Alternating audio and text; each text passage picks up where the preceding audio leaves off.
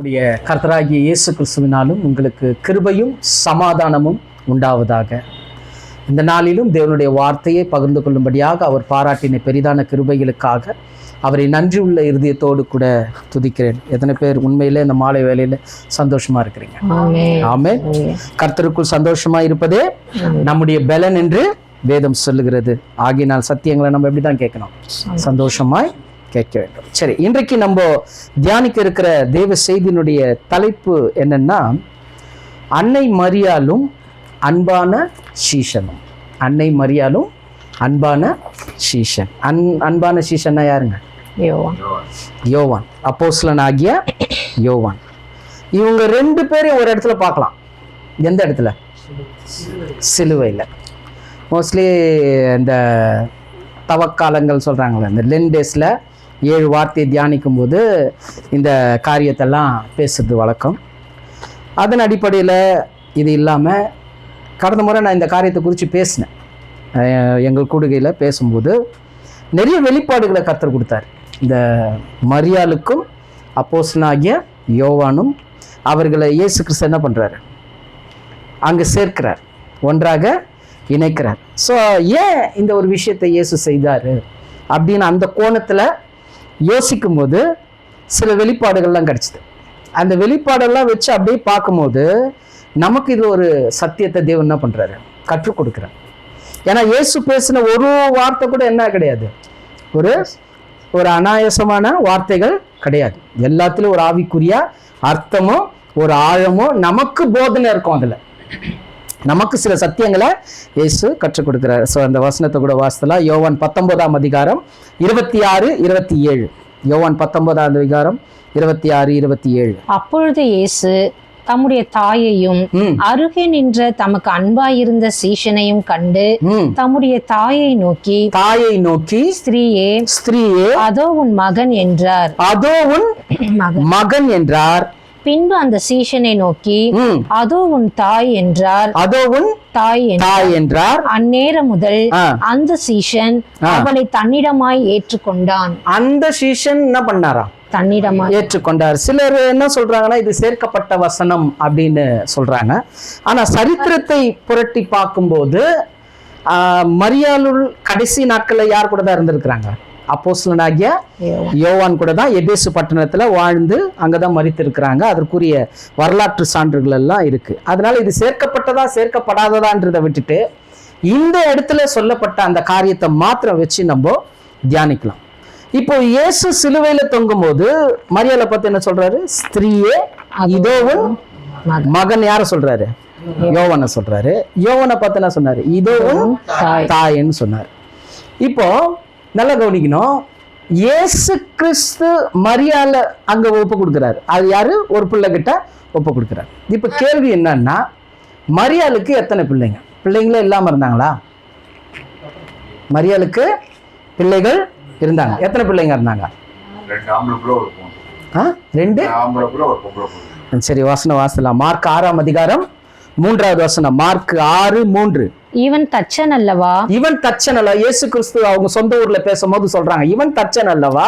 மரியாளுடைய குமாரன் அல்லவா? மரியாளுடைய குமாரன் அல்லவா? யாக்கோபு, யோசே, யூதா, சீமோன் என்பவர்களுக்கு. யாரு? யாக்கோபு, யோசே, யூதா, சீமோன் என்பவர்களுக்கு சகோதரன் அல்லவா?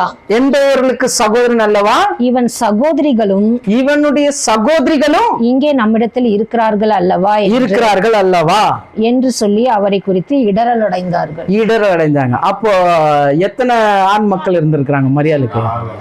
4 ஆம்பளை பசங்க, 2 சகோதரிகள். அப்போ இயேசுவை தகுத்தா 6 பிள்ளைங்க மரியாளுக்கு உண்டு. அப்போ இயேசுவோட சேர்த்தா எத்தனை பிள்ளைங்க? 7 பேர். அது ஒரு பரிபூர்ணம், அது ஒரு விசுவாசத்தினுடைய பரிபூர்ணம். இப்போ இந்த 2 பெண் மக்கள் இருக்கிறாங்க, 4 ஆண் பிள்ளைகள் இருக்கிறாங்க. அதுல யாக்கோபும் யூதாவும் இயேசுவோட சீடர்கள். 12 சீஷர்ல இவரும் ஒருத்தர். இயேசு சிங்கள ஊழியத்துக்கு வரல, தன் சகோதரரோட தான் ஊழியத்துக்கு வந்தார். முதல்ல ஊழியம் எங்கதான் ஆரம்பிச்சாரு?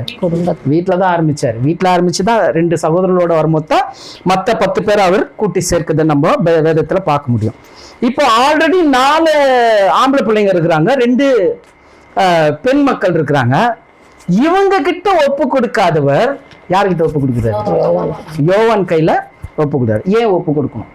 ஒரு கேள்வி வருது இல்லையா? அப்ப இவங்க ஆகாதவங்களா? இல்ல. இந்த 2 பிள்ளைங்களும் ஆகாதவங்களானா இல்ல. இயேசு ஏதோ ஒரு காரியத்தை என்ன பண்றாங்க சிலுவையில கடைசி நேரத்துல. ஏன்னா 12 அப்போஸ்தலர்களும் சரி, அவரை சுற்றி இருந்த 120 பேர்கிட்ட கடைசி லாஸ்டா அவர்கிட்ட இருந்திருக்கிறாங்க. இயேசு கிறிஸ்து மரணிக்கிற சமயத்துல 120 சீஷர்கள் அவர்கள் கூட இருந்தார். அதுல முக்கியமானவங்க அந்த 12 பேர். இப்ப இவங்க கிட்ட இந்த ஒரு விஷயத்த யோவான் கையில ஒப்பு கொடுக்கிறாருன்னா, இயேசு கிறிஸ்து என்ன பண்ணிட்டாருன்னா சில காரியங்களை என்ன பண்ணியிருக்கிறாரு, ரகசியமா அதுல வச்சிருக்கிறத நம்ம பார்க்க முடியும். அப்போ இவங்களை குறிச்சு பார்க்கணும். ஏன் இப்படி ஒப்பு கொடுத்தாரு அப்படின்னு பார்க்கும்போது, இவர்களை குறித்த சில காரியங்களை பார்த்துட்டு அது அப்படியே ஏன் ஒப்பு கொடுத்தாரு அப்படின்னு பார்க்கும்போது, ஸ்திரீயேன்னு கூப்பிட்டாரு. யார?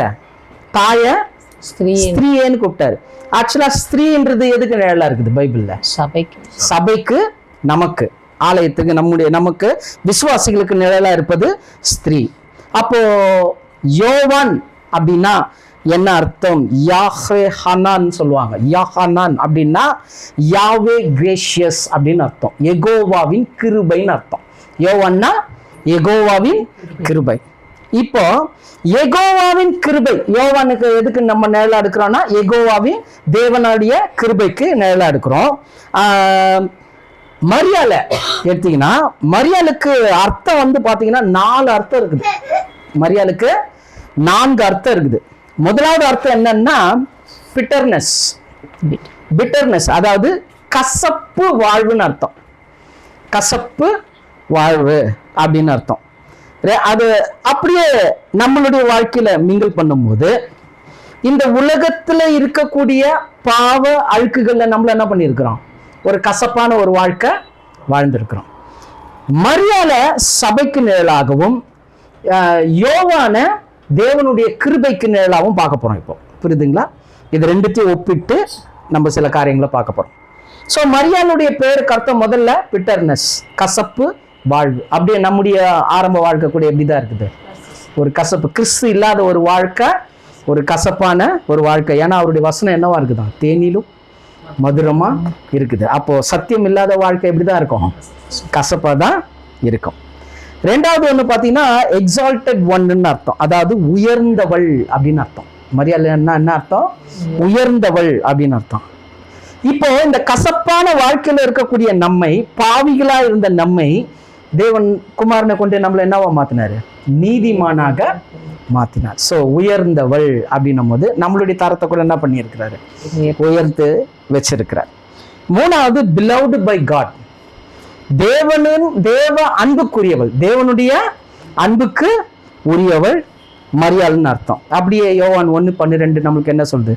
அவர் நாமத்தின் மேல் விசுவாசம் உள்ளவர்கள் எத்தனை பேர்களோ அத்தனை பேர்களும் யாருக்கு பிள்ளையா மாறிட்டோம்?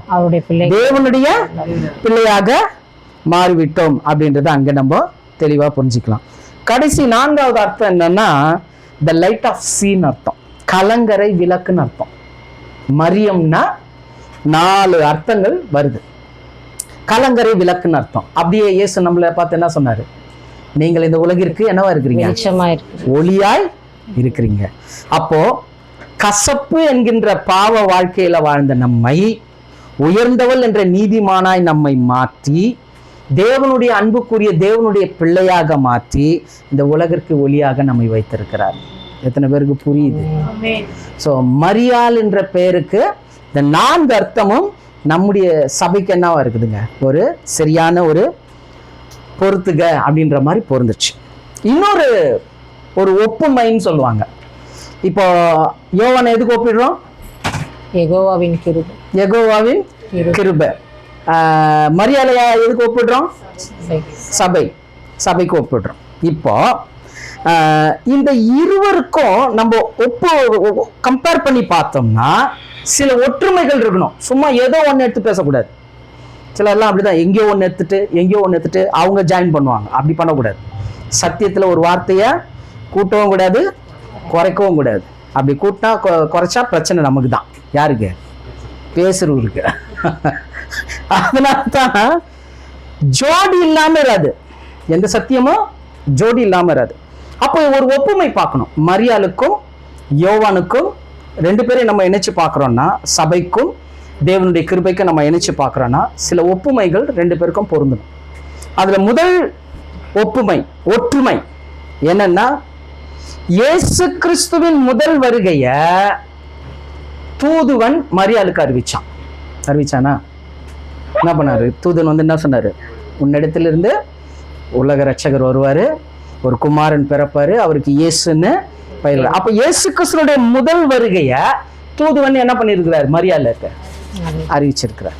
யோவானுக்கு தூதுவன் யாராவது அறிவிச்சிருக்கிறாங்களா? யோவானுக்கு தூதுவன் யாராவது அறிவிச்சாங்களா? வெளிப்படுத்தின விசேஷத்தை எழுதினவர் யாரு?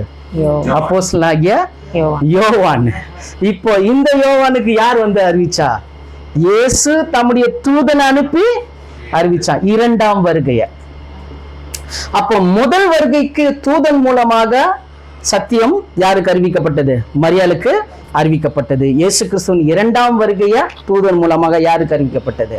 அப்போஸ்தலனாகிய யோவானுக்கு அறிவிக்கப்பட்டது. இது ஒரு ஒற்றுமை.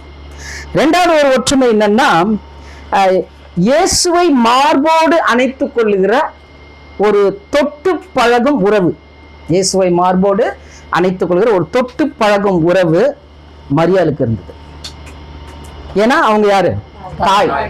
அதனால குழந்தையில இருக்கும்போது என்ன பண்ணியிருப்பாங்க? அவங்க தன்னுடைய மார்போடு கூட அணைத்து அப்படி அவங்க வாழ்ந்தாங்க. அந்த தொட்டு பழகும் அந்த ஒரு நிலைப்பாடு. அப்போ யோவானுக்கு வரும்போது மற்ற எல்லா சீஷரை காட்டிலும் யோவான் என்ன பண்ணாரு? மற்றவங்க எல்லாம் அப்படியே செப்பரேட்டா உட்காந்து எல்லாரும் இப்போ இத்தனை பேர் உட்காந்தீங்கன்னா யோவான் மாத்திரம் இயேசு கிறிஸ்துகிட்ட வேற மாதிரி உட்காருவாரு. எப்படி உட்காந்தாரு? அவருடைய மார்போடு என்ன பண்ணாராம்? சாய்ந்திருந்தாராம்.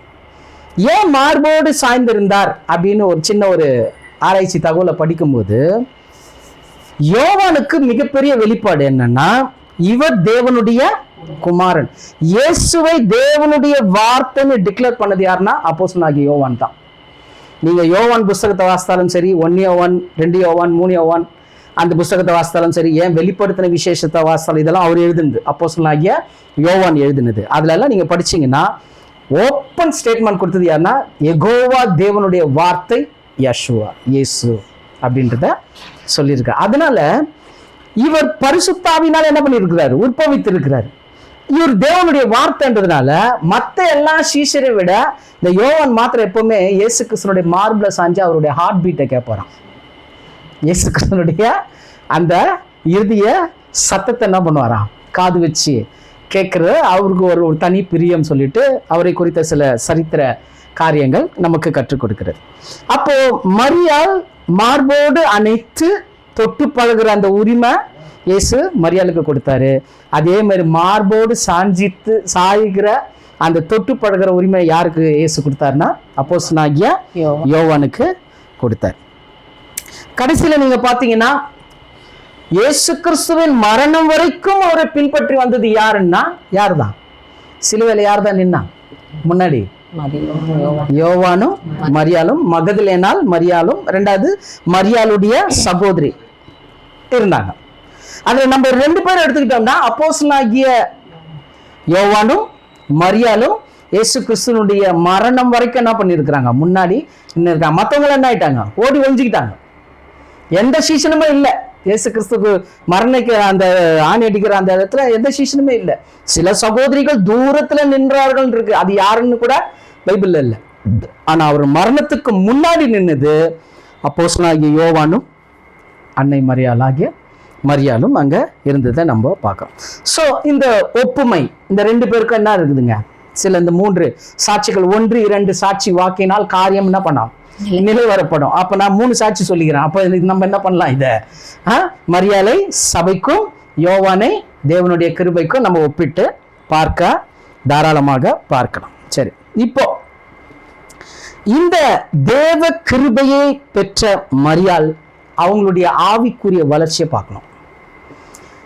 ஏன்னா எந்த ஸ்திரீக்குமே உலகத்துல எந்த பெண்ணுக்குமே என்ன பண்ணல, இந்த மாதிரி ஒரு கிருபை கொடுக்கல. ஆனாதான் தூதன் வாழ்த்தும் போது கூட மரியாள் எப்படி வாழ்த்தான்? கிருபை பெற்றவளே வாழ்க. ஏன்னா எந்த ஸ்திரீக்குமே கொடுக்கல, இவங்களுக்கு மட்டும்தான் கிடைச்சது. அப்போ ஒரு பிரத்யேகமான விசேஷித்த அழைப்பு யாருக்கு? மரியாளுக்கு. இன்னும் சொல்ல போனா உலக தோற்றத்துக்கு முன்னாடியே அதாவது நான் சொல்றது என்னன்னா, அந்த ஏதேன்ல முதல் மனுக்குலம் விழும்போது கூட தேவன் அங்க பிளான் பண்றாருல்ல, மீட்பின் திட்டத்தை, சில விஷயங்களை வைக்கிறாரு. அப்ப அந்த மீட்பின் திட்டத்துல கூட அப்பவே தேவனுடைய சிந்தையில யார் தான் வந்திருப்பா? மரியாள் வந்திருக்கணும். அதனாலதான் எந்த ஸ்திரீக்குமே இல்லாத ஒரு விஷயத்தை என்ன பண்ணிருக்கிறாரு? தேவன் கொடுத்திருக்கிறார். ஏன்னா தேவ கிருபையை பெற்றவர்கள் அவர்கள். இப்ப இந்த தேவ கிருபையை பெற்ற மரியாளுடைய அவங்களுடைய வளர்ச்சி, ஆவிக்குரிய வளர்ச்சி எப்படி, அவங்க அந்த ரட்சிப்புக்குள்ள வந்துட்ட பிறகு, அவங்க இயேசுவை ஏற்றுக்கொண்ட பிறகு, அதுக்கப்புறம் நடந்த சில காரியங்கள், ஒரு 5 காரியத்தை நம்ம பார்க்கணும். பைபிள்ல இருந்து தான் நம்ம பார்க்க போறோம். அந்த ஆவிக்குரிய வளர்ச்சியை கொஞ்சம் நிதானிச்சா, ஆக்சுவலா மரியாதை நம்ம எதுக்கு யாருக்கு ஒப்பிடுறோம்? அடிக்கடி கேள்வி கேப்ப பதில் சொல்லணும். மரியாதை சபைக்கு, அதாவது நமக்கு ஒப்பிட்டு பார்க்கிறோம். அப்ப நம்முடைய ஆவிக்குரிய வளர்ச்சியும் அந்த நிலைப்பாட்டுல இருக்குதா? மரியாளுடைய ஆவிக்குரிய வளர்ச்சியும் சபையாராகிய நம்மளுடைய ஆவிக்குரிய வளர்ச்சியும் கம்பேர் பண்ணி பார்க்கணும். அது வந்து கரெக்டா ஸ்கோர்வியா வருது. ஒரு 5 ஸ்டேஜ் மரியாளுடைய வாழ்க்கையில நடந்த காரியங்களெல்லாம் பார்க்கும்போது ஒரு 5 ஸ்டேஜ் வருது. ஏன்னா சும்மா சொல்ல, தேவன் இயேசு கிறிஸ்து சிலுவையில தொங்கும் போது இதோ உன் தாய், இதோ உன் மகன் சொல்லிட்டு என்ன பண்றாரு? 2 பேரும் ஒன்றாக சேர்த்தார். அந்த வார்த்தை ரொம்ப முக்கியம். 2 பேரும் ஒன்றா என்ன பண்ணியிருக்கிறார்? இயேசுவை சேர்த்து இணைச்சிருக்கிறார். நெக்ஸ்ட் இந்த சேர்க்கை எங்க நடக்குதுன்னா, 1 பேதுரு 3ஆம் அதிகாரம் 18வது வசனம். 1 பேதுரு 3:18. ஏனெனில் கிறிஸ்துவும் நம்மை தேவனிடத்தில் சேர்க்கும்படி அநீதி உள்ளவர்களுக்கு பதிலாக நீதி உள்ளவராய் பாவங்களின் நிமித்தம் ஒரு தரம் பாடுபட்டார். அவர் மாம்சத்திலே கொலையுண்டு ஆவியிலே உயிர்ப்பிக்கப்பட்டார். பாத்தீங்களா? அப்ப இயேசு கிறிஸ்துனுடைய பாடு, மரணம், உயிர்த்தெழுதல் எதுக்குன்னா, சபையை யார் கூட சேர்க்கறதுக்கு? சொல்லுங்க. வசனம் தேவனிடத்துல சேர்க்கறதுக்கு. அப்ப கிளியர் பிக்சர் நம்மளுக்கு இங்க கிடைச்சிச்சா? அங்க மரியாதை சபைக்கு நிழலா இருக்கக்கூடிய மரியாதை, தேவனுடைய கிருபைக்கு நிழலா இருக்கக்கூடிய யோவான் இடத்துல என்ன பண்ணாரு? சேர்த்தாரு மரிக்கும் போது. ஆனா அதனுடைய நோக்கமும் திட்டமும் என்னன்னா, இப்போ நம்மை யார் கூட சேர்க்கிறாரு? பிதாவாகிய தேவனிடத்துல நீங்களும் நானும் சேர்க்கப்படுவதற்காக அவர் மரித்தார். இப்போ உயிர்த்து எழுது நம்ம மத்தியிலே அசைவடை கொண்டிருக்கிறார். ஆமென். அதை புரிஞ்சுக்கணும். அப்போ நம்முடைய ஆவிக்குரிய வளர்ச்சியை கூட நம்ம நிதானிக்கணும். இன்னைக்கு இந்த மரியாளுடைய ஆவிக்குரிய வளர்ச்சியை வச்சு நம்முடைய ஆவிக்குரிய வளர்ச்சியை வச்சு கம்பேர் பண்ணி பார்க்கணும். அப்படி கம்பேர் பண்ணும்போது நம்ம எந்த அளவுக்கு வளர்ந்துருக்கிறோம், எந்த அளவுக்கு நம்ம இருக்கிறோன்றது நமக்கு தெரிஞ்சிடும். இது வந்து ஒரு கிறிஸ்தவம் என்பது மதம் கிடையாது. இது முன்னாடி நான் எப்படி இருந்தா இப்ப நான் கிறிஸ்டினா மாறிட்டேன், அக்கல தூக்கி பைபிள் தூக்கி அக்கல்ல வச்சா கிறிஸ்தவனா ஆயிட முடியாது. ஒயிட் போட்டா கிறிஸ்தவனா ஆயிட முடியாது. ஞாத்திகமா சபைக்கு போனா கிறிஸ்தவனா ஆயிட முடியாது. புரியுதுங்களா? அந்நிய பாஷை பேசி கூப்பாடு போட்டா கிறிஸ்தவனா ஆயிட முடியாது. உண்மையான கிறிஸ்தவனுக்குரிய காரியம் என்னன்னா வளர்ச்சி, ஆவிக்குரிய வளர்ச்சி. அதுதான் நம்ம புரிஞ்சுக்கணும். அதுதான் சபைக்கு எழுதும் போது பவுல் தெளிவா சொல்ற போறேன். கலாத்தியர் 6:7. மோசம் போகாதிருங்கள். எப்படி சொல்றாரு பாத்தீங்களா? மோசம் போகாதிருங்கள். தேவன் தம்மை பரியாசம் பண்ண விட்டார். மனுஷன் எதை விதைக்கிறானோ அதையே அறுப்பான். ஏன் நிறைய நேரம் நம்முடைய வாழ்க்கையில ஒரு நிலவரம் இல்லாம போகுதுன்னா, நம்ம என்ன பண்றோம்? விதைக்கிறோம். நம்ம விதைக்கிறத நம்ம என்ன பண்றோம்? அறுக்கிறோம். எதை விதைக்கிறோமா? 4வது வசனம். அவனவன் தன் சுயக்கிரியை சோதித்து பார்க்க கடவன். எதை சோதிச்சு பார்க்க சொல்றாரு? இப்போ தன் சுயக்கிரியை சோதிச்சு பார்க்க. அப்போ சுயக்கிரியைகளின் அடிப்படையில நம்ம எதெல்லாம் விதைக்கிறோமோ அதெல்லாம் என்னதான் பண்ணி ஆகணும்? அர்த்தம். இது பிரமாணம். இது யாருமே என்ன பண்ண முடியாது. அதனாலதான் சில நிறைய பேர் ஜபத்துக்கு வருவாங்க. ஐயா, என் புள்ள ரொம்ப கஷ்டப்படுறான், ரொம்ப இது முடியாம இருக்கிறான், அப்படி இப்படின்னா முதல்ல நான் சொல்ற விஷயம் அதுதான். முதல்ல தேவன் கையில ஒப்பு கொடுக்க சொல்லு. பாவங்களை அறிக்கையிட்டு தேவ சமூகத்துல ஒப்பு கொடுக்க சொல்லு. பிரச்சனை தன்னால மாறிடும். சிலர்லாம் சொல்லுவாங்க, நாங்க வந்து ஜெபம் பண்ணுவீங்கன்னு பார்த்தா இந்த மாதிரி வார்த்தையை சொல்லுங்க, நீங்க இதை செய்யுங்க, அது எல்லாம் சரியாயிடும். அதே மாதிரி அவங்க செய்வாங்க. கர்த்தர் பதில் என்ன பண்ணுவாங்க? ஒரு மாற்றத்தை கொடுப்பார். அப்போ நம்முடைய கிரியைகளை நம்ம என்ன பண்ணோம்? சோதித்து பார்க்கணும். அப்ப மரியாளுடைய ஆவிக்குரிய வளர்ச்சிக்குரிய கிரியைகளையும் நம்முடைய சுய கிரியைகளையும் வச்சு ரெண்டுத்தையும் கம்பேர் பண்ணி பார்க்கணும். நம்மளுடைய முன்னேற்றம், ஆவிக்குரிய முன்னேற்றம் எப்படி இருக்குதுன்றதை நம்ம இன்னைக்கு ஒரு 5 காரியத்தை நம்ம சுருக்கமா பார்த்து முடிக்கலாம். முதலாவது காரியம், அன்னை மரியாளிடம்ல இருந்த அந்த ஆவிக்குரிய வளர்ச்சியில இருக்கக்கூடிய 5 காரியங்கள்ல நம்முடைய ஆவிக்குரிய வளர்ச்சிக்குரிய 5 காரியங்கள் என்ன என்பதை நம்ம ஒப்பிட்டு பார்க்கிறோம். அதுல முதலாவது காரியம், மரியாளுக்குள் கிறிஸ்து உருவானார். மரியாளுக்குள் கிறிஸ்து உருவானார். எப்படி உருவானார்? நமக்கு தெரியும். தேவன் என்ன பண்ணாரு? நம்முடைய பரிசுத்த ஆவியை அனுப்பினாரு. பரிசுத்த ஆவி உன்னிடத்துல மேலிடம், அப்பொழுது அது உற்பவிக்கும். பரிசுத்த ஆவியினால உற்பவித்தவர் தான் யாரு? இயேசு. புரியுதுங்களா? அப்ப மரியாளுடைய கருவறையில தேவன் தம்முடைய ஆவியை அனுப்பி ஒரு கருவாக கிறிஸ்து இயேசுவை உருவாக்கினார். அப்ப முதல்ல மரியாளுக்குள்ள இயேசு உருவாக்கப்பட்டார். இதான் ஃபர்ஸ்ட் ஸ்டேஜ். இயேசு மரியாளுடைய கருவறையில உருவாக்கப்பட்டார். இதான் ஆரம்ப நிலை, முதல் நிலை. அப்படியே சபைக்கு நமக்கு நிழலாட்டமாய் பார்த்தா கலாத்தியர் 4ஆம் அதிகாரம் 19வது வசனம். கலாத்தியர் 4:19. என் சிறு பிள்ளைகளே. என்னன்னு சொல்றாரு? சிறு பிள்ளைகளே. என் சிறு பிள்ளைகளே. சிறு பிள்ளைகளே ஏன் சொல்றாரு? இப்போ இவரு சிறு பிள்ளைங்க யார் தெரியுமா சொல்றாரு? அதை முதல்ல பார்க்கணும். கலாத்தியர் சபையை பார்த்து சொல்றாரு. சபையில இருக்கக்கூடிய விசுவாசிகளை பார்த்து சொல்றாரு, என் சிறு பிள்ளைகளே. ஏன் சொல்றாரு? கிறிஸ்து உங்களிடத்தில் உருவாகும் அளவும், கிறிஸ்து உங்களிடத்தில் உருவாகும் அளவும் உங்களுக்காக மறுபடியும் கர்ப்பவேதனைப்படுகிறேன். உங்களுக்காக நான் என்ன பண்றேன்? கர்ப்பவேதனை படுறேன். ஏன்? ஒவ்வொரு முறையும் வரேன், சத்தியத்தை சொல்றேன், நிருபத்தை அனுப்புறேன், எவ்வளோ காரியங்கள் அனுப்புறேன். ஆனா எல்லாத்தையும் கேட்டு எப்படிக்கிறீங்க? சிறு பிள்ளைகளே. பிள்ளைய பெத்தாச்சு. ஆக்சுவலா பிள்ளைய பெக்கணும்னா முதல்ல என்ன வேதனை வரணும்? கர்ப்ப வேதனை வரணும். கர்ப்ப வேதனை வந்து பிள்ளைய பெத்தாச்சு. ஆனா இப்ப அந்த பிள்ளைக்குள்ள கிறிஸ்து உருவாகிறதுக்கு இவர் கர்ப்ப வேதனை போடுறாராம். அந்த வலியை எதோட கம்பேர் பண்றாரு பாருங்க. அந்த அளவுக்கு நான் என்ன பண்றேன்? உங்களுக்கு சத்தியத்தெல்லாம் கொடுக்குறேன். ஆனா நீங்க என்ன பண்ணல? இன்னும் வளராம சிறு பிள்ளையா இருக்கிறீங்க. கிறிஸ்து உங்களுக்குள்ள என்ன ஆகல? உருவாகணும்.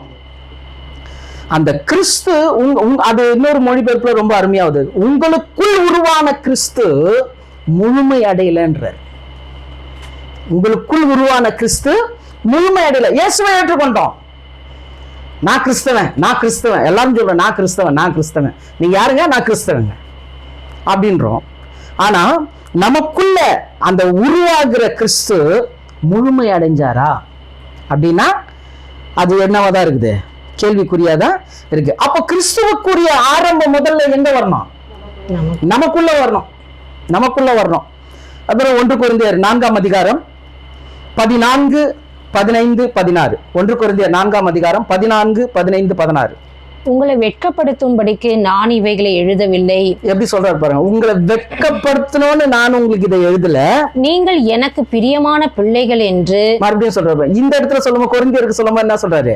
நீங்க என்னுடைய பிரியமான பிள்ளைகள் என்பதால் உங்களுக்கு புத்தி சொல்லுகிறேன். கிறிஸ்துவுக்குள் 10,000 உபாத்தியர்கள் உங்களுக்கு இருந்தாலும். 10,000 உபாத்தியர்கள்னா யாரும் சொல்றாரு? இத எவ்வளவு பிரசங்கத்தை கேட்கிறோம், எத்தனை பேர்கிட்ட கேட்கிறோம், எவ்வளவு யூடியூப்ல கேட்கிறோம். 16,000 உபாத்தியர்கள் உங்களுக்கு இருந்தாலும் தகப்பன்மார் அநேகர் உங்களுக்கு இல்லையே. அதுதாங்க, தகப்பன்மார் அநேகர் உங்களுக்குள் இல்லையே. கிறிஸ்து இயேசுவுக்குள் சுவிசேஷத்தினாலே நான் உங்களை பெற்றேன். சுவிசேஷத்தினால என்ன பண்ணியிருக்கிறாரா?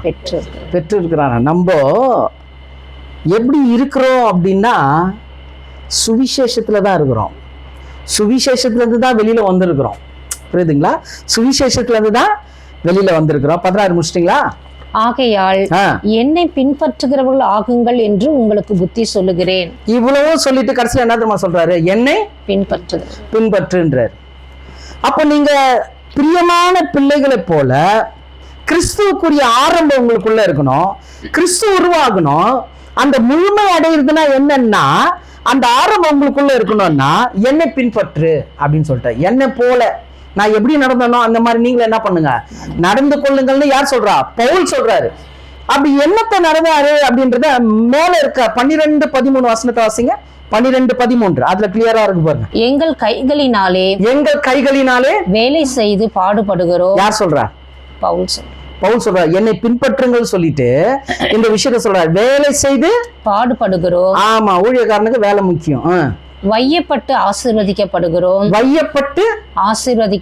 வையப்படுறதுன்னா என்னது? நாலு பேர் என்ன பண்றாங்க, நம்மள திட்டுறாங்க. ஆனா என்ன பண்றோம், நம்ம ஆசீர்வதிக்கப்படுகிறோம்னா ஆசீர்வாதமா என்னமா வருதான்? இன்னைக்கு யாராவது ஒரு வார்த்தை நமக்கு சொல்லிட்டு என்ன ஆயிடுது? என்ன எப்படி கேட்கலாம், என்ன எப்படி திட்டலாம் அப்படின்னு சொல்லிட்டு நம்மளுக்கு வருது. ஆனா அடையாளம் பாருங்க, வையப்பட்டு ஆசீர்வதிக்கப்படுகிறோம், துன்பத்தை சகிக்கிறோமா? இதெல்லாம் பவுலுடைய பின்பற்றுதல். பவுல் இதெல்லாம் என்ன பண்ணி இருக்கிறாரு? பின்பற்றுகிறார். துன்பப்பட்டு சகித்தோம், தூஷிக்கப்பட்டு வேண்டிக் கொள்ளுகிறோம், இந்நாள் வரைக்கும் உலகத்தின் குப்பையை போலவும் துடைத்து போடுகிற அழுக்கை போலவும் ஆனோம். ஆமா, உலகத்தின் குப்பையை போலவும் துடைத்து போடுகிற அழுக்கை போலவும். இந்த கண்டிஷனுக்கு நம்ம வந்திருக்கிறோமான்னு பாத்துக்கணும். இந்த கண்டிஷனுக்கு வந்திருக்கோம். வருது அடுத்த கட்டம் விடுங்க. அந்த எண்ணம் இருக்குதா? அந்த எண்ணம் இருக்குதா? பரவாயில்ல ஆண்டவரே, நீங்களே ஒன்றும் இல்லாத இந்த பூமியில என்ன பண்ணீங்க, இருந்தீங்க. நான் இந்த உலகத்துல பெருமை அடிச்சுக்கிறதுக்கு, நான் சொல்றதுக்கு ஒண்ணுமே இல்லை. அப்போ கிறிஸ்து உருவாக்கும் அளவுன்னா, அந்த கிறிஸ்து சொன்னார் பாருங்க, என்னிடத்தில் கற்றுக்கொள்ளுங்கள். இயேசு சொன்னார், என்னிடத்தில் கற்றுக்கொள்ளுங்க, நான் சாந்தமும் மனத்தாழ்மையுமாய் இருக்கிறேன். இதுதான் இது. இந்த சாந்த மனத்தாழ்மை இருந்தா நம்ம மேல பார்த்தோம் பாருங்க, இதெல்லாம் நம்ம ஜெயிச்சிடலாம். அப்போ கிறிஸ்துவுக்குள் மரியாளுக்குள் கிறிஸ்து என்ன ஆனாரு? உருவாகினார். அப்படியே நமக்குள்ள கிறிஸ்து என்ன பண்ணணும்? உருவாகப்படணும்னா பவுலுடைய இந்த காரியங்கள் படி நம்மள என்ன பண்ணோம்? வாழ கற்றுக்கொள்ள வேண்டும். இது முதல் காரியம். அப்ப இன்னைக்கு நம்ம நிதானிக்கணும். நான் முதல்ல இயேசு எனக்குள்ள வந்துட்டாரு அப்படின்னாலே நான் இந்த உலகத்துக்கு ஒண்ணுமே கிடையாது. இந்த உலகத்துக்கு குப்பை. அதான், உலகத்தின் குப்பையும் துடைத்து போடுகிற கந்தையும் ஆனோம். ஒண்ணுமே கிடையாது இந்த உலகத்துல. நம்ம பெருமடிச்சுக்கிட்டு இந்த உலகத்துல இருந்து எதையும் இதுதான் நமக்கு நம்ம என்ன பண்ண முடியாது, சொல்ல முடியாது. இந்த உலகத்தில் துடைத்து போடப்பட்ட குப்பை. ஆனா ஒரு பெரிய ஒரு ரகசியம் என்னன்னா, இயேசு ஒரு இடத்துல சொல்லுவார், தன் ஜீவனை வெறுக்கிறவன் என்ன பண்ணுவானா? அதை ஆதாயப்படுத்திப்பான். தன் ஜீவனுக்காக வாழ்றவன் அதை என்ன பண்ணிடுவான்? தன் ஜீவனை காக்கிறவன் எழுந்து போவான். எனக்காக தன் ஜீவனை இழக்கிறவன் அதை பெற்றுக்கொள்வான். எது வெறுக்கிறோமோ, எது நமக்கு வேண்டாம் நம்ம ஒதுக்குறோமோ, நம்ம எதை அடையணும்னு நினைக்கிறோமோ அதை சுலபமா அடைஞ்சிடலாம். இதான் பெரிய ரகசியம். ஆசீர்வாதத்தின் ரகசியத்தை எல்லாரும் வேற மாதிரி எல்லாம் சொல்லுங்கிறாங்க. உண்மையான இது என்னன்னா, நீங்க ஒண்ணு வேண்டாம் அப்படின்னு வெறுத்து ஒதுக்கும் போது உங்களுக்கு தேவையானது கர்த்தர் நிறைவா கொடுப்பார். புரியுதுங்களா? அது ரொம்ப முக்கியம். அப்ப கிறிஸ்து உருவாகணும். அந்த கிறிஸ்து நமக்குள்ள உருவாகி அந்த முழுமை வருவது முதல் காரியம். இரண்டாவது காரியம், மரியாளுடன் கிறிஸ்துவின் வளர்ச்சியும் இருந்தது. உள்ள உருவாக மட்டும் இயேசு கிறிஸ்து மரியாளுக்குள்ள மாத்திரம் உருவாகல, வெளியில வந்து என்ன பண்ணாரு? மரியாள் கண்ணு முன்னாடியே வளர்ந்தார். அப்ப மரியாளுடன் கிறிஸ்துவ என்ன பண்ணிருக்கிறாரு? வளர்ந்திருக்கு. அப்போ வளர்ச்சி, கிறிஸ்துவனுடைய வளர்ச்சியை மரியாள் கண்டு இருக்கிறார்கள். கண்டது மாத்திரமல்ல, அதன்படி என்ன பண்ணிட்டாங்க? தங்களை மாத்திக்கிட்டாங்க. அதுக்கு ஒரு சிறந்த உதாரணம் சொல்லணும்னா, 12 வயசு அந்த குழந்தைய கூட்டு தேவ எருசலேமுக்கு போயிட்டு வரும்போது என்ன ஆயிடுதாங்க? ஏசுநாதர் அங்க இருக்க சதுசேயர் பரிசேயர்கிட்ட பேச ஆரம்பிச்சிட்டாரு. இதை நம்மள தான் என்ன பண்ணியிருப்போம்? போயிட்டு 2 போட்டு இழுத்துட்டு வந்திருப்போம். கர்த்தர் தேவதூதன் சொல்லி தேவகுமாரனா வந்திருக்கிற, உனக்கு என்னப்பா இதுன்னு சொல்லிட்டு 2 போட்டு இழுத்து வந்திருப்போம். ஆனா என்ன பண்ணிருக்கிறாங்க அவங்க? அங்க போயிட்டு ஏன்பா என்னை விட்டு போன உடனே அவர் என்ன சொன்னாரு?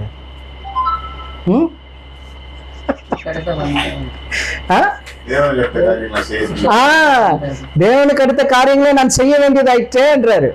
அப்போ அந்த இடத்துல கூட மரியாள் நெக்ஸ்ட் ஒண்ணுமே பேசல. ஆனா வசனம் சொல்றது தன்னுடைய சிந்தையில வைத்து கொண்டாள். மரியாள் என்ன பண்ணிட்டாங்களாம்? பேசினதெல்லாம் இருதயத்துல வச்சு சிந்தையில வச்சுக்கிட்டாங்களாம். அப்படின்னா என்ன அர்த்தம்? 12 வயசா இருந்தாலும் இவர் தேவனுடைய குமாரன், இவர் தேவனுடைய சித்தத்தை செய்ய வந்திருக்கிறாரு. நம்ம பிறப்பிடமா தான் நம்ம இவரை கொடுத்துருக்கிறோமே தவிர இவருடைய வளர்ச்சி நம்முடைய ஆவிக்குரிய வளர்ச்சி அப்படின்றத புரிஞ்சுக்கிட்டு வளருகிற கிறிஸ்துவுக்கு ஏற்ற மாதிரி தன்னையும் என்ன பண்ணிட்டாரு? அந்த அம்மா மாத்திக்கிட்டாங்க. இப்போ கிறிஸ்து நமக்குள்ள என்ன ஆயிட்டாரு? உருவாயிட்டாரு. இப்போ நெக்ஸ்ட் என்ன ஆகணும்? இயேசு வளரணும் நமக்குள்ள. எபேசியர் 4:14-15 நாம் இனி குழந்தைகளாய் இராமல் சொல்லிட்டார் பாருங்க. நாம் இனி குழந்தைகளாய் இராமல் மனுஷருடைய சூதும் வஞ்சிக்கிறதற்கு ஏதுவான தந்திரமுள்ள போதகமாகிய பலவித காற்றினாலே அலைகளை போல அடிபட்டு அலைகிறவர்களாய் இராமல் அன்புடன் சத்தியத்தை கைக்கொண்டு தலையாகிய கிறிஸ்துவுக்குள் எல்லாவற்றிலேயும் நாம் வளருகிறவர்களாய் இருக்கும்படியாக அப்படி செய்தார்.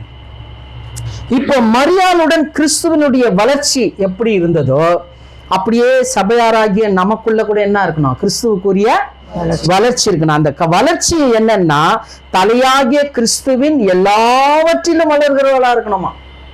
அப்போ கிறிஸ்து சபைக்கு என்னவா இருக்கிறாரு? தலையாக இருக்கிறாரு. அப்படின்னும் போது இந்த தலையில 4 விஷயம் இருக்குது. மூளை இருக்குது, கண்ணு இருக்குது, வாய் இருக்குது, காது இருக்குது. புரியுதுங்களா?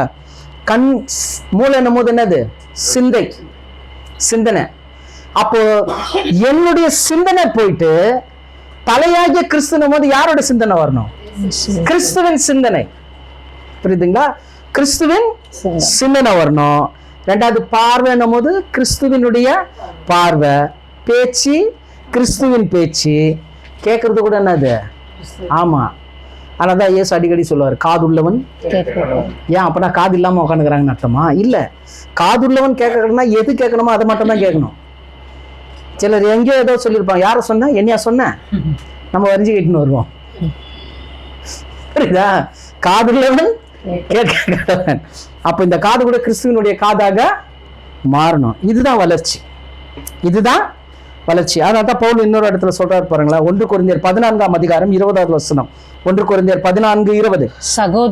சகோதரரே நீங்கள் புத்தியிலே குழந்தைகளாய் இராதேயுங்கள். புத்தியில குழந்தையா இருக்காதீங்க, துர்குணத்திலே குழந்தைகளாயும். எதுல குழந்தையா இருக்கணுமா? துர்குணத்துல குழந்தையாயிரு, புத்தியிலோ தேறினவர்களாயும் இருங்கள். ஆமென். புத்தியில என்னவா இருக்கணுமா? தேறினவா. துர்குணத்துல என்னவா மாறிடணும்? குழந்தையா மாறிடணும். ரொம்ப முக்கியம். அப்போ மரியாளுடைய ஆவிக்குரிய வளர்ச்சியை சபையாரைய நம்முடைய ஆவிக்குரிய வளர்ச்சியோட கம்பேர் பண்ணும்போது, முதல் காரியம் மரியாளுக்குள் கிறிஸ்து உருவாகினார். அப்படியே நமக்குள்ள கிறிஸ்து என்ன ஆகியிருக்கிறாரு? உருவாகி இருக்கிறாரு. 2வது மரியாளுடன் கிறிஸ்துவனுடைய வளர்ச்சி இருந்தது, அப்படியே நமக்குள்ளே கிறிஸ்துவனுடைய வளர்ச்சி காணப்படணும். 3வதாக மரித்த இயேசுவின் சரீரத்தை மரியாள் சுமந்தார். மரித்த இயேசு கிறிஸ்துவனுடைய சரீரத்தை யார் சுமந்திருக்கிறார்? முதல்ல மரியாள் சுமந்திருக்கிறாங்க. ஆக்சுவலா இயேசு மரியாளுடைய சரீரத்தை சுமந்தாருன்றது பைபிள்ல இல்லை, பரிசுத்த வேதாகமத்துல எங்கேயும் குறிப்பிடப்படவில்லை. ஆனா சில சரித்திர தகவல்களை எடுத்து பார்க்கும்போது அது த ஸ்டாச்சு ஆஃப் பைடா அப்படின்னு சொல்றாங்க. த ஸ்டாச்சு ஆஃப் பைடா பார்த்துருப்பீங்க நீங்க. அது த பேஷன் ஆஃப் த கிரைஸ்ட்ல கூட அந்த கடைசி அந்த இயேசு கிறிஸ்து மரித்த பிறகு அந்த ஷாட்டை வந்து ரொம்ப முக்கியத்துவப்படுத்தி காமிச்சிருப்பார் மெல் கிப்சன். எப்படின்னா மரியாள் இருப்பாங்க, அவங்க மேலே இயேசு கிறிஸ்துனுடைய சரீரம் இருக்கும், பக்கத்தில் யோவான் இருப்பார், அந்த சைடில் ஒரு ரோம போர் சேவகர் நிற்கார். அந்த அந்த அந்த ஸ்டாச்சு அந்த ஸ்டாச்சு ஆஃப் பைடா அப்படின்றது ரொம்ப வேர்ல்டு ஃபெமிலியஸ்டான ஒரு ஸ்டாச்சு. அது வந்து ரோமர்கள் வந்து அவங்களுடைய வழக்கத்தின்படி மரித்தவருடைய அந்த அந்த தண்டனைக்குரியவரை தண்டனை கொடுத்துட்டு அவங்களுடைய சரீரத்தை யாருக்கிட்ட தான் ஒப்படைப்பாங்க? அந்த குடும்பத்துக்கு தான் ஒப்படைப்பாங்க. இப்ப அந்த சரீரம் வேணும்ட்டு தான் மரியாதை என்ன பண்ணிருக்கிறாங்க, இருந்திருக்கிறாங்க. இப்ப அந்த சரீரம், மரித்த இயேசு கிறிஸ்துனுடைய சரீரத்தை யார் கையில கொடுத்தாங்க? மரியாள் இடத்துல கொடுத்துருக்குறாங்க. மெக்லாங்கிலோ அப்படின்னு சொல்லக்கூடிய ஒரு படைப்பு.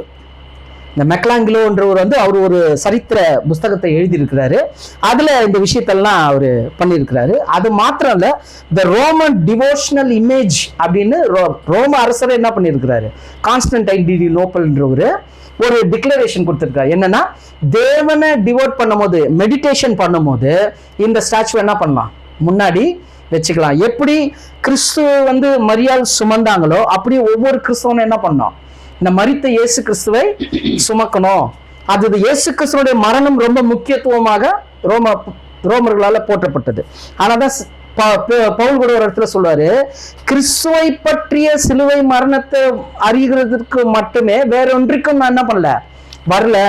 நான் அவருடைய பாடையும் அவருடைய மரணத்தையும் மட்டும் நான் என்ன பண்ண போறேன், அறிவிக்கிறதுக்காக வந்தேன். இன்னொரு இடத்துல சொல்றாரு, கிறிஸ்துவின் பற்றிய சிலுவை பற்றிய உபதேசம் கெட்டு போகிறவர்களுக்கு பைத்தியமா இருக்கு, நமக்கு என்னவா இருக்குது, தேவ பலனா இருக்குது.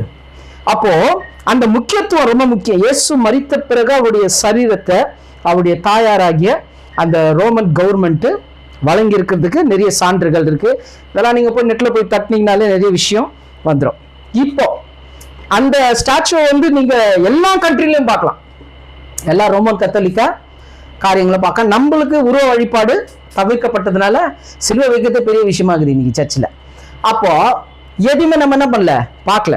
ஆனா அதை கான்ஸ்டன்டைன்ற ஒரு ராஜா, அவங்களுடைய தாயார் ஹெலன்றவங்க ஒரு சிற்பியை வச்சு, ஆண்டோனியோ பர்லூசின்னு சொல்றவரை வச்சு ஒரு பெரிய ஒரு ஸ்டாச்சு செஞ்சு வேர்ல்டுல இருக்கிற எல்லா சபைக்குமே என்ன பண்ணியிருக்கிறாங்க, அவங்க அனுப்பியிருக்கிறாங்க. இன்னைக்கு நீங்க ரோமன் கேத்தலிக் சர்ச்சில் போனீங்கன்னா அந்த ஒரு சிலையை நம்ம பார்க்கலாம்.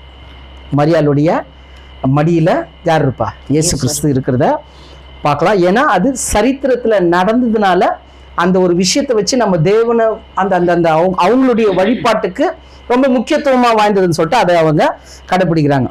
ஸோ எப்படியோ ஒன்று அது ஒரு காரியமா சரித்திர நிகழ்வுகள்ல இருந்து பார்க்குறோம். ரோம போர் சேவர்கள் அவங்களுடைய தண்டனையை நிறைவேற்றின பிறகு அவங்களுடைய சட்டத்துல அந்த மரித்தவருடைய சடலத்தை அந்த குடும்பத்தாருக்கு ஒப்படைக்க வேண்டும். மரியாள் அங்க இருந்தார்கள், மரியாள் இடத்துல ஒப்படைக்கப்பட்டது. அப்ப மரித்த இயேசுவினுடைய சரீரத்தை முதல்ல சுமந்தவங்க மரியாள் என்பது இதுல இருந்து நம்ம புரிஞ்சுக்கலாம். அப்படியே சபைக்கு வரும்போது நமக்கு இந்த ஒரு காரியம் இருக்குதா அப்படின்னா 2 கொரிந்தியர் 4ஆம் அதிகாரம் 10வது வசனம். 2 கொரிந்தியர் 4:10.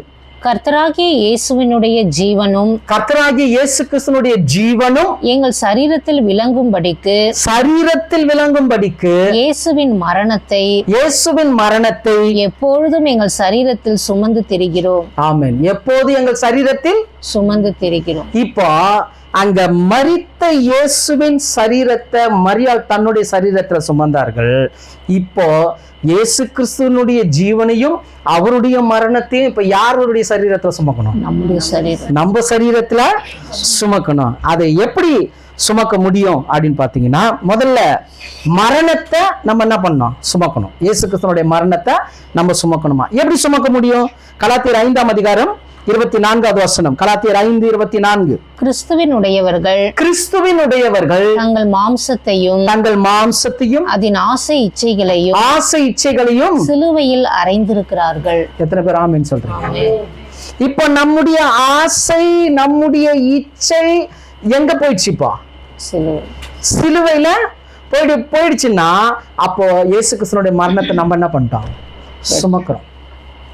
அதனால்தான் இயேசு சொன்னாரு, ஒருவன் என்னை பின்பற்றி வர விரும்பினால் அவன் தன்னைத்தானே வெறுத்து தன் சிலுவை எடுத்துக்கொண்டு என்னை பின்பற்ற கடவன் அப்படின்னு கிளியராங்க அங்க சொல்றத பார்க்க. அப்போ இயேசு கிறிஸ்துவினுடைய மரணத்தை சுமக்கிறதுனா என்னன்னா, நம்முடைய ஆசைகளை, நம்முடைய காரியங்கள் எல்லாம் எதுல அரைஞ்சிடணும், நம்ம சிலுவையில. ஆமா, நமக்குன்னு ஆசைகள் இருக்க கூடாது. அப்போ ஒண்ணுமே இல்லாம துறவியா இல்லாமா அப்படின்னு ஒரு கேள்வி எழும்போம். ஆசைன்றது என்னன்னா, சத்தியத்திற்கும் தேவனுக்கும் தகுதியான ஆசை. புரியுதுங்களா?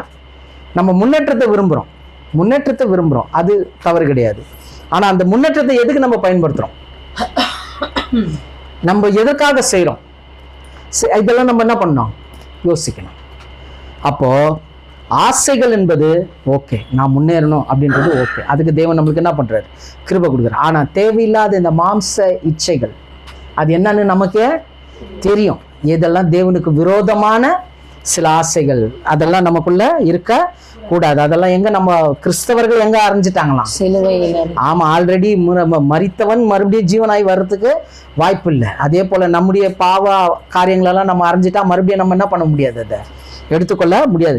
ரெண்டாவது, ஜீவனை சுமக்கணும் அப்படின்னும் போது என்ன ஜீவனை சுமக்கிறது அப்படின்னு பாத்தீங்கன்னா ரோமர் 5ஆம் அதிகாரம் 17வது வசனம்.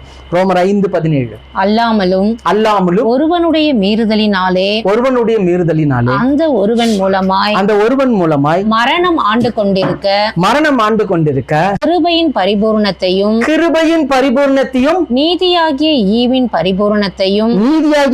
பரிபூரணத்தையும் பெறுகிறவர்கள் இயேசு கிறிஸ்து என்னும் ஒருவராலே, இயேசு கிறிஸ்து என்னும் ஒருவராலே ஜீவனை அடைந்து ஆளுவார்கள் என்பது அதிக நிச்சயமாமே. எத்தனை பேர் ஆமென் சொல்றீங்க? அப்ப மரணத்தை சுமக்கிறோம்னா நம்முடைய ஆசை இச்சைகள் எல்லாம் என்ன பண்ணிட்டோம்? சிலுவையில அரைஞ்சிட்டோம். அப்ப சிலுவையில அரைஞ்சாச்சுன்னா இயேசு கிறிஸ்துவோட மரணத்தை நம்ம சுமக்கிறோம்னு அர்த்தம். ஜீவனை சுமக்கிறோம்னா என்ன அர்த்தம்னா அவருடைய ஜீவனை அடைந்து பரலோகத்துல ஆளுகை செய்ய போகிறோம். ஆமென். இலக்கு கிறிஸ்தவனுக்கு என்னன்னா இந்த பூமியில நம்ம எப்படி இருக்கிறோம்ன்றது கிடையாது, வரப்போற மறுமையில தேவன் நமக்கு ராஜ்யத்தை கொடுக்கிறார். அப்ப எவ்வளவு பெரிய விஷயம் பாரு. அப்ப ஒவ்வொரு நாளும் நம்ம என்ன பண்ணோம்? ராஜாக்களா இருக்கிறோன்ற நினைப்பு எங்க வரணும்? இங்க வரணும். அது ரொம்ப முக்கியமா இருக்குது. சரி, நான்காவதாக மரியாளுடைய ஆவிக்குரிய வளர்ச்சியில முதல்ல பார்த்தோம், மரியாளுக்குள் கிறிஸ்து உருவாகினார். இரண்டாவதாக மரியாளுடன் கிறிஸ்துவுக்குரிய வளர்ச்சியை பார்த்தோம். மூன்றாவதாக மரித்த இயேசுவின் சரீரத்தை மரியாள் சுமந்தார்கள் அப்படின்னு பார்த்தோம். நான்காவதாக மரியாள் உயிர்த்தெழுதலின் வல்லமையை கண்டவர்கள். மரியாள் உயிர்த்தெழுந்த வல்லமையை கண்டவர்கள், கர்த்தராகிய இயேசு கிறிஸ்துவினுடைய உயிர்த்தெழுதலின் வல்லமையை கண்டவர்கள். அப்படியே நமக்கு எடுக்கும்போது பிலிப்பியர் 3ஆம் அதிகாரம் 10வது வசனம். பிலிப்பியர் 3:10. இப்படி நான் அவரையும் அவருடைய உயிர்த்தெழுதலின் வல்லமையையும், இங்க வந்துச்சு பாருங்க, அவருடைய உயிர்த்தெழுதலின் வல்லமையும் அவருடைய பாடுகளின் ஐக்கியத்தையும் அறிகிறதற்கும் அவருடைய மரணத்திற்கொப்பான மரணத்திற்குள்ளாகி எப்படியாயினும் நான் மரித்தோரிலிருந்து உயிரோடு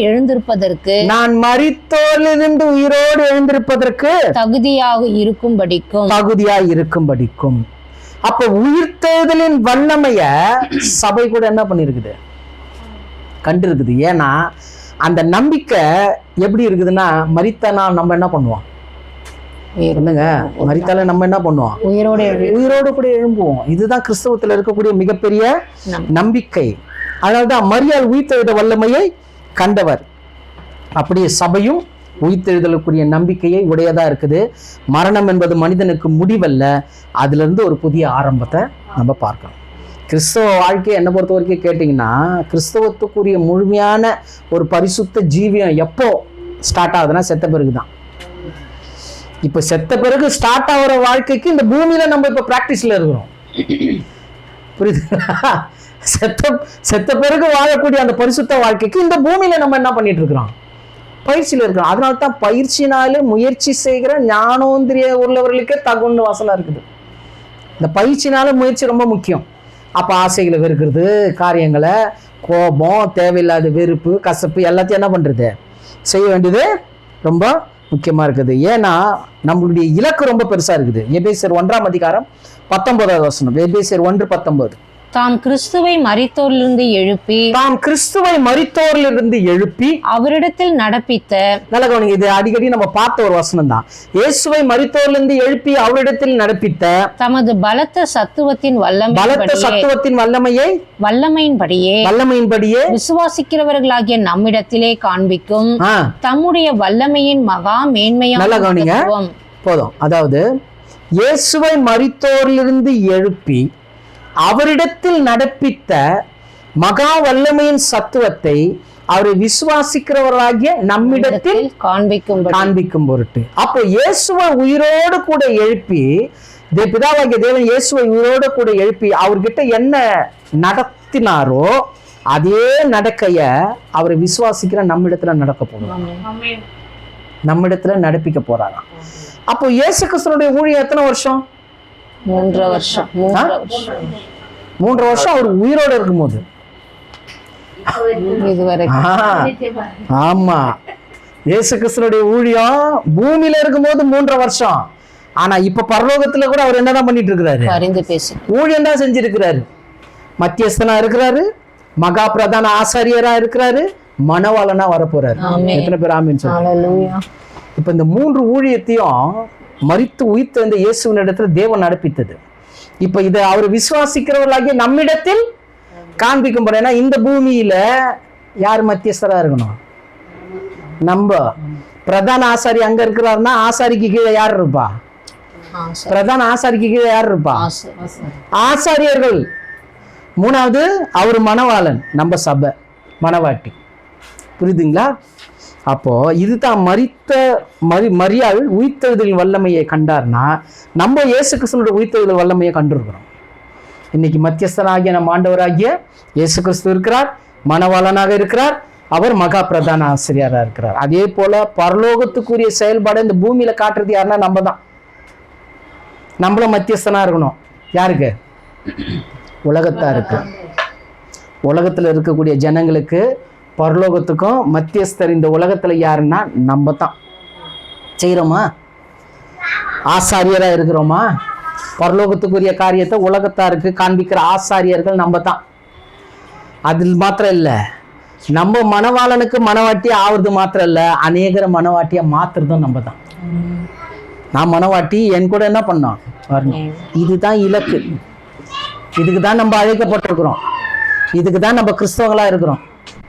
புரியுதுங்களா? ஞாயிற்றுக்கிழமை சர்ச்சைக்கு போறதுனாலயோ, நல்ல வாய்க்கிழிய விசுவாசத்தை பேசுறதுனாலயோ, நிறைய விஷயத்த பண்றதுனாலயோ கிடையாது. ஆனால் தான் வசனம் சொல்லும், நீதிமொழிகள் ரொம்ப அருமையா இருக்கும். ஞானம் தன் 7 தூண்களை கட்டி வழியில நின்று பேதையா இருக்கிறவங்க யாரோ என்ன பண்ணுங்க, என்னிடத்தில் வாங்கன்னு சொல்லி கூப்பிடுதான். அந்த காலத்துல தான் இருக்கிறோம். இன்னைக்கு நிறைய இடத்துல அழைப்பு கொடுக்குறோம், சத்தியத்தை சொல்றோம், ஆழமான காரியத்தை சொல்றோம். ஜனங்க எத்தனை பேர் கேட்டுட்டு இந்த பரிபூர்ண நிலைக்கு உள்ள வராங்க? புரியுதுங்களா? அது ரொம்ப முக்கியம். அப்போ வர்றவங்க கல்யாண விருந்துல என்ன பண்ணலாம்? பங்கு கொள்ளலாம். வராதவங்க கண்டிப்பா இந்த உலகத்தினுடைய உபத்திரவத்துக்கும் கஷ்டத்துக்கும் நஷ்டத்துக்கும் கண்டிப்பா உடன்பட்டாகணும். அது யாரும் விதிவிலக்கு கிடையாது. தேவன் அழைப்பு கொடுக்கிறார்னா அந்த அழைப்பின் சத்தத்தை, அதனால தான் பவுல் தெளிவா சொல்லுவாரு, இன்று அவருடைய சத்தத்தை கேட்பீர்களே ஆகில் உங்கள் இருதயத்தை என்ன பண்ணாதீங்க, கடினப்படுத்தாதீங்கன்றார். அப்போ எப்படி இந்த பூமியில நம்மளும் மத்தியஸ்தரா, உலகத்துக்கும் பரலோகத்துக்கும் மத்தியஸ்தரா இருக்கிறோம், உலகத்துக்கும் பரலோகத்துக்கும் ஆசாரியரா இருக்கிறோம், உலகத்துக்கும் பரலோகத்துக்கும் மனவாட்டியாக அநேகரை கொண்டு போகணும். இதற்காக தான் நம்ம என்ன பண்ணியிருக்கிறோம், அழைக்கப்பட்டிருக்கிறோம். இன்னைக்கு நம்ம பார்க்குற வாழ்வை தான் நம்ம பார்த்துட்டு இருக்கிறோம். ஆனா காணாத ஒரு வாழ்க்கை தேவன் நமக்காக உருவாக்கி வச்சிருக்கிறார். ஆமென். அதுக்காக தான் நம்ம தெரிந்து கொண்டிருப்போம். சோ 5வது காரியம், கடைசியாக மரியாள் பரிசுத்த ஆவியை பெற்றவர்கள். மரியாள் பரிசுத்த ஆவியை பெற்றவர்கள். அது நீங்க அப்போஸ்தலர் 1ஆம் அதிகாரம் 14வது வசனத்தை வாசித்து பார்த்தீங்கன்னா, அந்த கடைசி நாள்ல கூடுறாங்க எல்லாரும். அப்படி கூடும்போது அந்த 120 பேர்ல மரியாளும் ஒருவர். புரியுதுங்களா? அப்போ பரிசுத்த ஆவி இறங்கும் போது யாருக்கும் இறங்கி இருக்கிறாங்க, மரியாளுக்கும் இறங்கி இருக்கிறாங்க. அப்போ மரியாள் பரிசுத்த ஆவியை பெற்றவர்கள். அப்படியே வாசிங்க, எபேசியர் 4ஆம் அதிகாரம் 30வது வசனம். அன்றியும் நீங்கள் மீட்கப்படும் நாளுக்கென்று முத்திரையாக பெற்ற தேவனுடைய பரிசுத்த ஆவியை என்ன பண்ணாதீங்க, துக்கப்படுத்தாது. ஆமா, இன்னொரு மொழிபெயர்ப்புல அசட்டை பண்ணாதீங்கன்ற. முத்திரையாக பெற்றது அப்படின்னா என்ன அர்த்தம்? செலக்டட். நம்ம எல்லாம் என்ன பண்ணப்பட்டிருக்கோம், செலக்ட் பண்ணியிருக்கிறோம். பரிசுத்த ஆவினால என்ன பண்ணிருக்கிறார் தேவன், சீல் பண்ணியிருக்கிறார். அதனால தான் இந்த உலகத்தினுக்குரிய அசுத்தத்துக்கும் நம்ம என்ன பண்றது இல்லை, உடன்படுறது இல்லை. அப்படியே தவறி விழுந்தா கூட என்ன ஆகுது, நம்ம இருதயம், ஐயோ நான் என்ன பண்ணிட்டேன் இந்த காரியத்தை. ஏன்னா முத்திரிக்கப்பட்டிருக்கிறோம், பரிசுத்த ஆவியினால முத்திரிக்கப்பட்டதுனால அசுத்தத்துக்குள்ள நம்மளால என்ன பண்ண முடியல, ஒரு பகிரங்கமா போக முடியல. இப்போ பரிசுத்த ஆவியை பெற்றவர்கள் முத்திரிக்கப்பட்டிருக்கிறாங்கன்னா எப்படி? அதுல 31, 32 வாசிங்க, கடைசியா வாசித்து முடிங்க. சகல விதமான கசப்பும், நல்ல கவனிங்க, சகல விதமான கசப்பும், கோபமும், மூர்க்கமும், கூக்குரலும், தூஷணமும், மற்ற எந்த துர்குணமும் உங்களை விட்டு நீங்க கடவது. 30வது வசனத்துல சொல்றாரு, பரிசுத்த ஆவியை அசட்டை பண்ணாதீங்க சொல்லிட்டு 31, 32 இந்த லிஸ்ட் போட்டு சொல்றாரு, இதெல்லாம் உங்களை விட்டு என்ன பண்ணணும்? நீங்க கடவுணும். அப்போ நல்லா புரிஞ்சுங்க, பரிசுத்த ஆவியை பெற்றவர்களுக்குரிய அடையாளம் என்னன்னா, கத்துறது, குதிக்கிறது, உருள்றது, பரல்றது இல்லை. அதெல்லாம் தப்பா நம்மளுக்கு என்ன பண்ணிட்டாங்க? சொல்லி கொடுத்துட்டாங்க. இந்த குணங்கள் மாறணும். கசப்பு, வைராக்கியம், வஞ்சகம், இதெல்லாம் எல்லாத்தையும் என்ன பண்ணோம்? எடுத்து போட்டு அந்த தேவ அன்புல நம்ம என்ன பண்ணோம்? நடத்தப்படுறது தான் முக்கியமானதா இருக்கும். அதனால மரியாளும் யோவானும், அப்போஸ்தலனாகிய யோவானும் என்ற தலைப்பில் நம்ம தியானித்தோம். மரியாள் சபைக்கு நிழலாக இருக்கிறாங்க, அப்போஸ்தலனாகிய யோவான் தேவனுடைய கிருபைக்கு நிழலாக இருக்கிறான்னு பார்த்தோம். அவங்களுடைய ஒப்புமையெல்லாம் பார்த்தோம். ரெண்டாவது, மரியாள் சபைக்கு நிழலாக இருக்கிறதுனால அவங்களுடைய ஆவிக்குரிய வளர்ச்சியும் நம்முடைய சபைக்குரிய ஆவிய வளர்ச்சியை கம்பேர் பண்ணோம். அதில் முதல்ல பார்த்தோம், மரியாளுக்குள் கிறிஸ்து என்னாரு? உருவானாரு. அப்படியே நமக்குள்ளே கிறிஸ்து என்ன இருக்கிறாரு? உருவாகி இருக்கிறாரு. ரெண்டாவது, மரியாளு கூட என்ன பண்ணி இருக்கிறாரு? கிறிஸ்துவுக்குரிய வளர்ச்சி இருந்தது. அப்படியே நமக்குள்ளே கிறிஸ்து என்ன பண்ணோம்?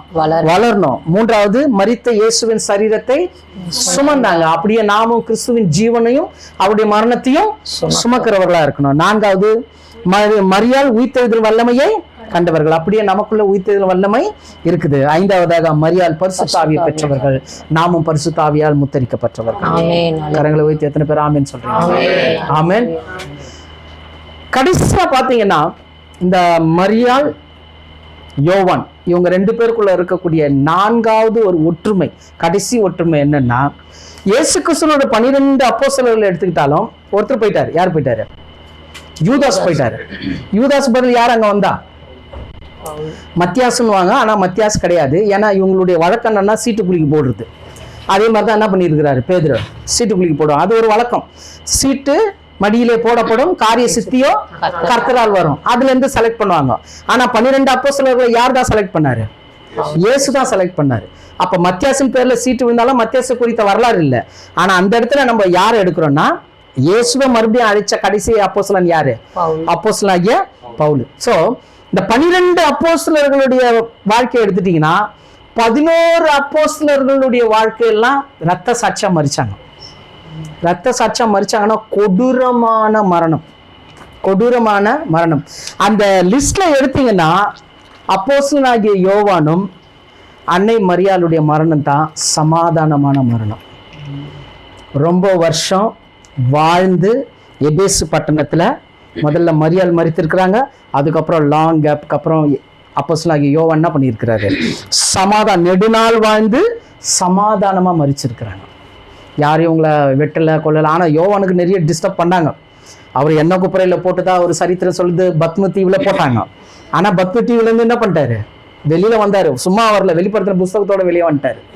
அங்க ஒரு புஸ்தகத்தை எழுதி வெளியில வந்தாரு. ரொம்ப நாள் வாழ்ந்து ஒரு இயற்கையான சமாதானமான மரணத்தை கண்டவர் யாருன்னா, அப்போஸ்தலனாகிய யோவான், அன்னை மரியாள். அப்போ அவங்களுடைய வாழ்க்கை பாருங்க எப்படி இருக்குது. எங்க ஆரம்பிச்சு எங்க சிலுவையில ஒன்றாய் இணைச்சு கடைசியில அவங்களுடைய காரியம், ஆவிக்குரிய வளர்ச்சியெல்லாம் பார்த்து கடைசியில பார்க்கும்போது ஒரு நிம்மதியான ஒரு மரணத்தை தேவன் அவர்களுக்கு கொடுத்திருக்கிறார். அப்படியே தான் நம்முடைய வாழ்க்கைக்கும் தேவன் என்ன பண்ணியிருக்கிறாரு? ஒரு நல்ல ஒரு முடிவை வச்சிருக்கிறார். ஹாப்பி எண்டிங்னுவாங்க இல்லையா, அந்த மாதிரி ஒரு நல்ல ஒரு சந்தோஷமான ஒரு முடிவை வைத்திருக்கிறார். இந்த பூமியில நம்ம நிறைய விஷயங்களை குறித்து என்ன பண்ணலாம்? கவலைப்படலாம். ஆனா நாம் நம்முடைய காரியங்களை மாற்றிக்கொள்ளும் போது தேவன் நிச்சயம் நம்முடைய காரியங்களை என்ன பண்ணுவாரு? மாற்ற அவர் வல்லவராய் இருக்கிறார்.